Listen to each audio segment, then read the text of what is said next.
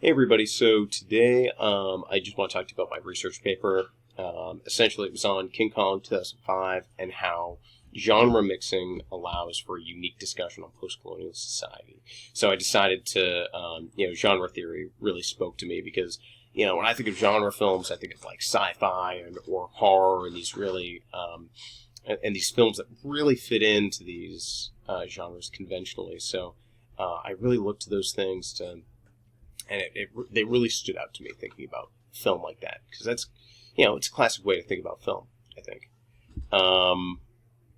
So my thesis was basically that Peter Jackson needed a way to make his film stand out and start a conversation on bigger complex ideas. I think he's a really smart person, and I think he's a very ambitious filmmaker as well. So anyway, to do this, he decided to mix adventure and horror together to kind of create a new kaiju film, King Kong, 2005.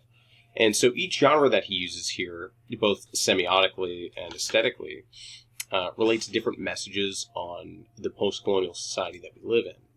Right? He's going to make there's messages on stereotyping, the clashes that happen between cultures, right? There's also a bunch of messages just on, universal humanity, right? Ambition, naivety, egos, things like that. So he kind of needed multifaceted filmmaking, to talk about so many different ideas and themes. So I wanted to touch on that. And the thing that I really found interesting was that Peter Jackson followed his predecessors here. Right? So his predecessors in 1930s, 1940s, 1950s, Hollywood really relied on genre films. And the conventions within them allowed filmmakers to have effective storytelling and kind of form it into an industry. So it worked well for them, but there's a big but, is that it became overused, and so it became really necessary for films to mix genre to stand out among thousands. And by the time you get to the early thousands, that's super true. So Peter Jackson decided to do just that. That was one of the things that he wanted to do by mixing genres, is to make it stand out and touch on really complex messages and ideas. And using giant monsters as metaphors and allegories for larger issues was also nothing new, right? We had, early on, we had Godzilla by Ishiro Honda in 1933, and Godzilla was a metaphor for nuclear warfare, atomic bombs, war in general, and the United States, big bad in the United States, right? But they couldn't exactly talk about those things or be really blunt about it, so they decided to kind of hide it in allegory to get past the censorship of the day. And then Marianne C. Cooper in 1933 with his King Kong kind of did the same thing. So anyway, Peter Jackson decided to follow suit with all of this and create King Kong to mix genres, right, to do what he wanted to do, and then use King Kong himself to kind of comment on the destructive aspects of a post-colonial society. So the clip that I have here is actually from Godzilla, just to show you probably what his inspiration was, or one of them for Godzilla was, right, as far as using allegory. So we kind of have these graphic images. This was really graphic for the time. Burning buildings. You have a mother coddling her children here. I mean, just watch this. This is so raw.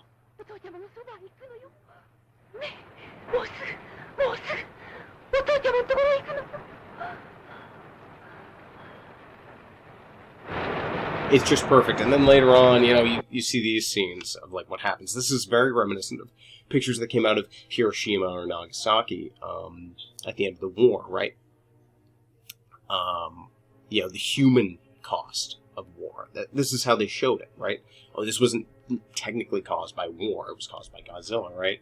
But that, you know what they're talking about. So Peter Jackson decided to do the same thing. I think he was really clever in doing that.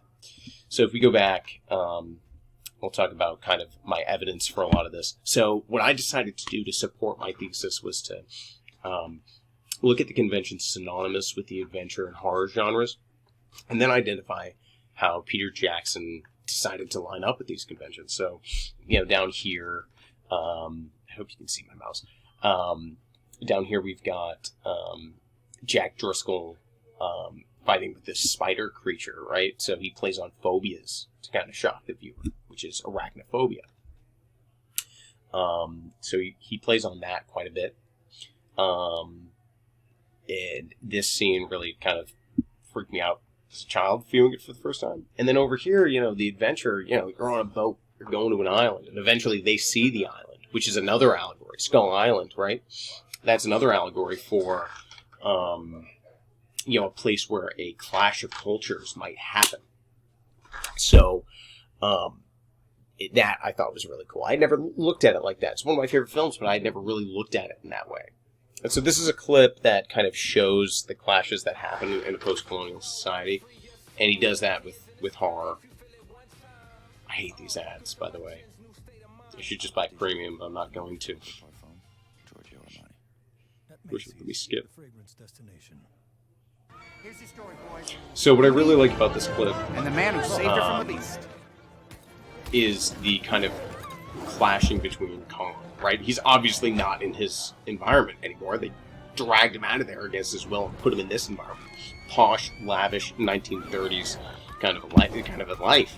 And so he's freaking out with the flashing cameras and everything, and of course he's going to, right? Because they're expecting him to just be cool with it, It's human naivety.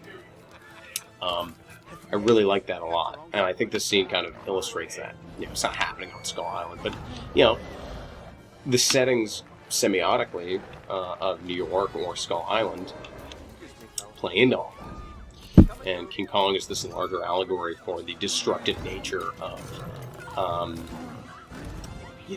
post-colonial societies and ignorance, right, within them. So I really like that a lot. So anyway, that's my presentation of my research paper. I actually really enjoyed writing it and watching King Kong again, and kind of going back and looking at some of my favorite kaiju films. I'd love to make one for myself someday, but I don't know anything about CGI, so there's that. I know this ran on kind of long. I hope that's not a big deal. I just had a lot to say, and anyway, thank you.